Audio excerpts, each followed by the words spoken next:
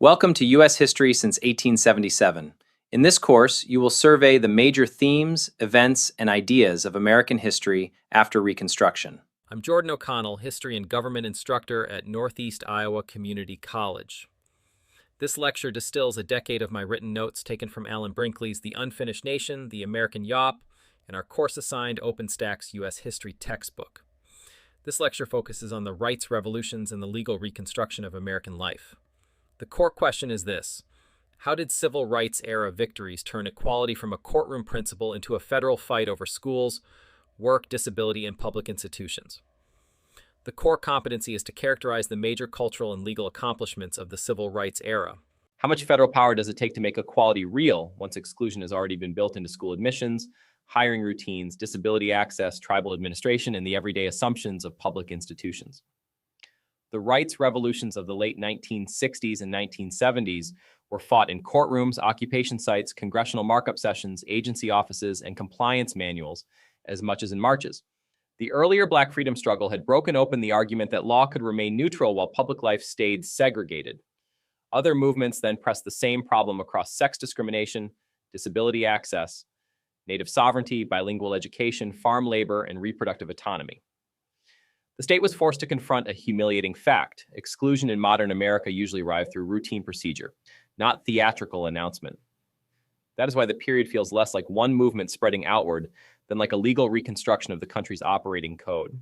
If a university distributed athletic budgets overwhelmingly by sex, if a public building excluded wheelchair users by staircase, if the Bureau of Indian Affairs managed tribal life without honoring self-determination, or if employers treated pregnancy and marriage as reasons to exclude women, the issue could no longer be dismissed as unfortunate custom. Movements were now naming rule-bound inequality and demanding rewrites.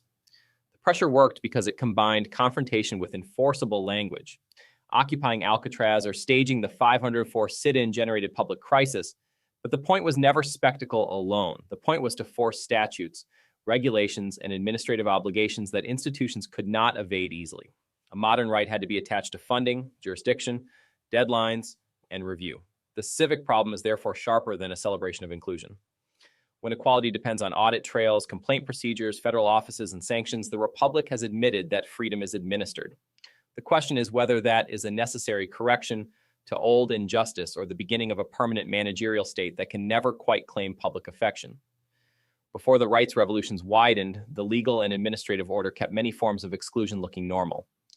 Women faced job advertisements classified by sex, unequal pay, limits on credit access, restricted professional advancement, and educational systems that treated male participation as the default standard.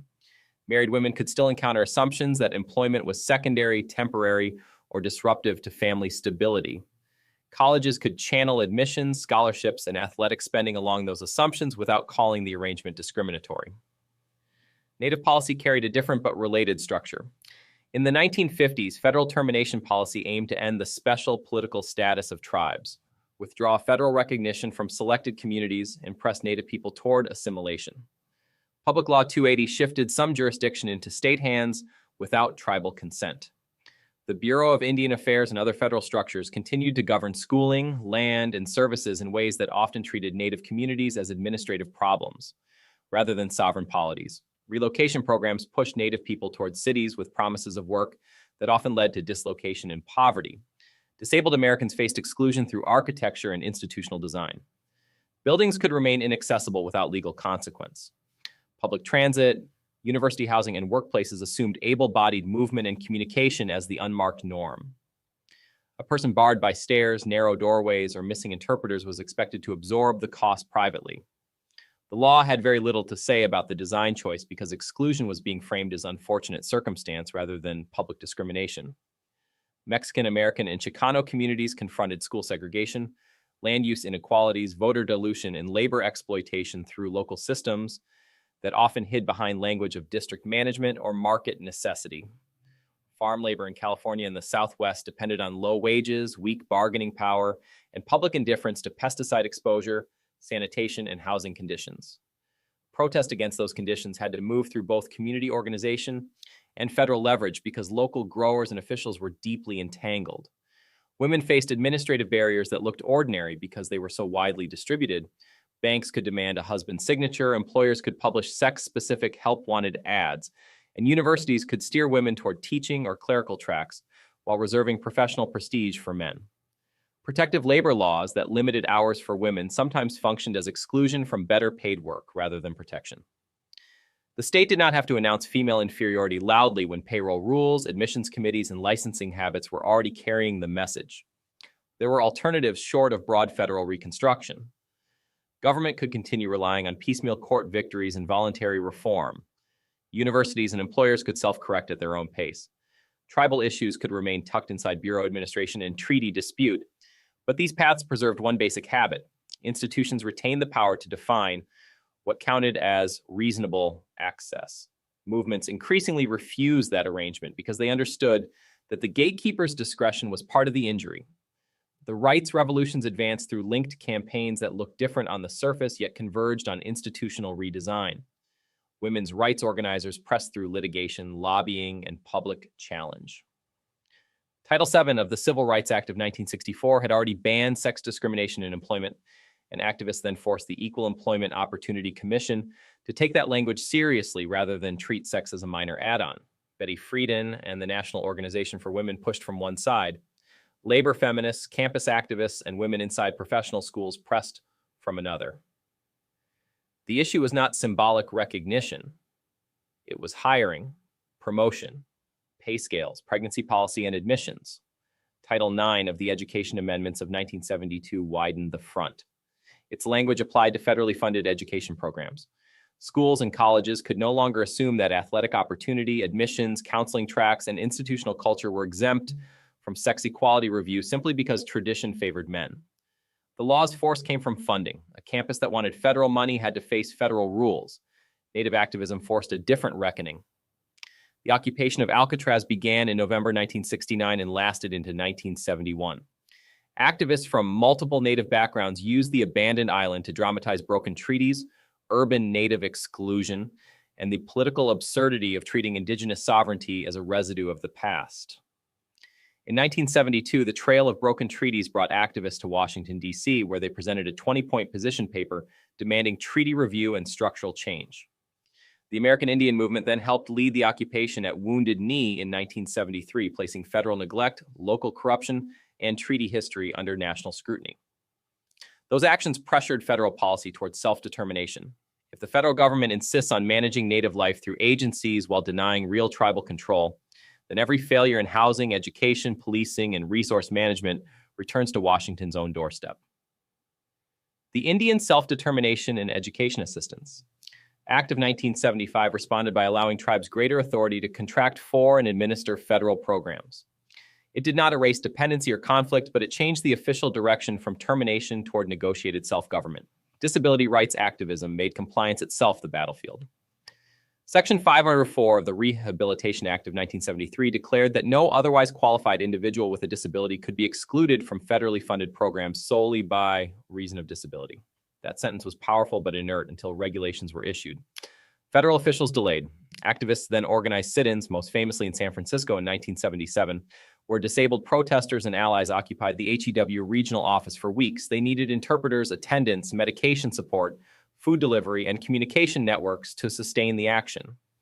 Black Panther activists and labor allies helped with meals and logistics. The occupation was not symbolic theater. It was a demonstration that people long treated as administratively invisible could outlast the agency that was delaying their rights. OCR within HEW and federal compliance offices became central actors. Complaints had to be investigated, campuses had to rewrite policy, agencies had to decide what counted as access and what penalties attached to noncompliance. The same thing was happening with language rights, employment claims, and school discrimination disputes. Civil rights had moved into filing cabinets, hearing rooms, and audit procedures because institutions routinely concealed unequal power behind neutral vocabulary.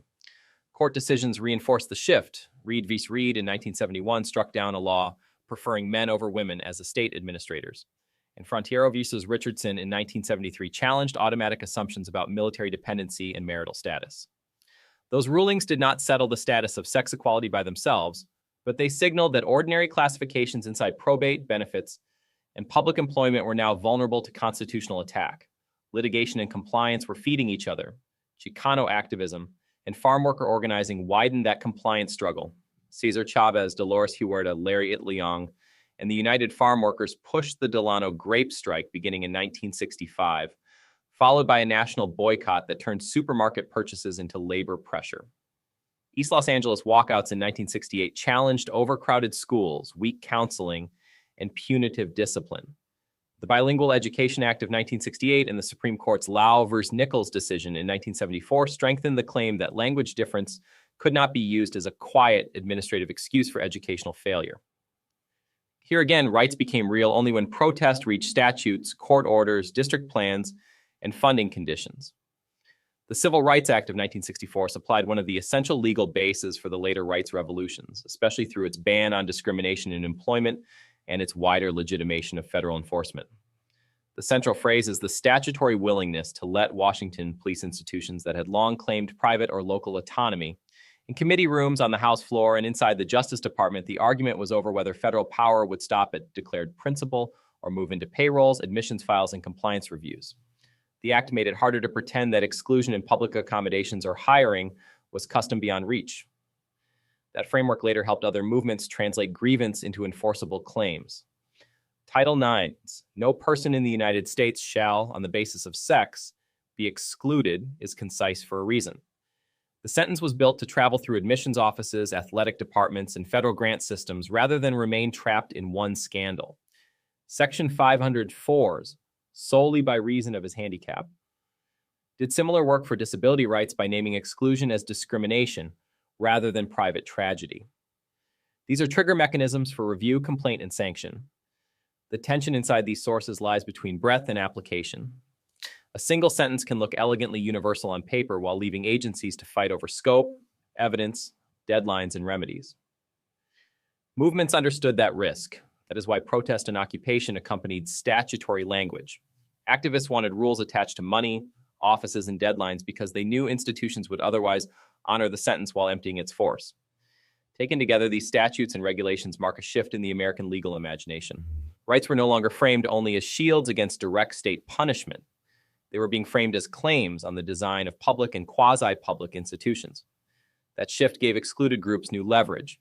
It also bound their futures more tightly to agencies that could be strengthened, starved, or politically redirected. The consequences were wide and uneven. Women's participation in higher education and professional fields expanded under pressure from Title IX and related litigation. Disability rights became harder to dismiss once access standards, transit rules, and education obligations entered federal enforcement. Native policy moved away from outright termination toward self-determination, even though battles over land, jurisdiction, and funding remained fierce. Chicano activism, bilingual education struggles, and labor organizing widened the country's understanding of whose exclusion counted as a public responsibility. Cultural accomplishment and legal accomplishment did not move in lockstep. A university could adopt a compliance office and still preserve hostility in daily practice. A tribe could gain contractual authority and still confront chronic underfunding. A woman could win formal entry into a program and still face retaliation or institutional contempt. The movements knew this, which is why they kept pressing beyond formal enactment toward implementation, representation, and self-governance. The deeper consequence is harder to celebrate cleanly. The nation rewrote part of its operating code by admitting that equal treatment required federal supervision of schools, employers, agencies, and public facilities. That admission opened real space for people who had been excluded by design. It also made civil rights vulnerable to a permanent political fight over regulation, bureaucracy, and the legitimacy of external review. The unresolved choice remains severe. If the state steps back, many old gatekeepers regain room to operate. If the state stays in place as monitor, public life keeps depending on a machinery of enforcement that many citizens resent until the moment they need it. If you're curious how I'm using AI to build these lectures and reshape higher education, visit thelibertytolearn.com. I'll see you in class.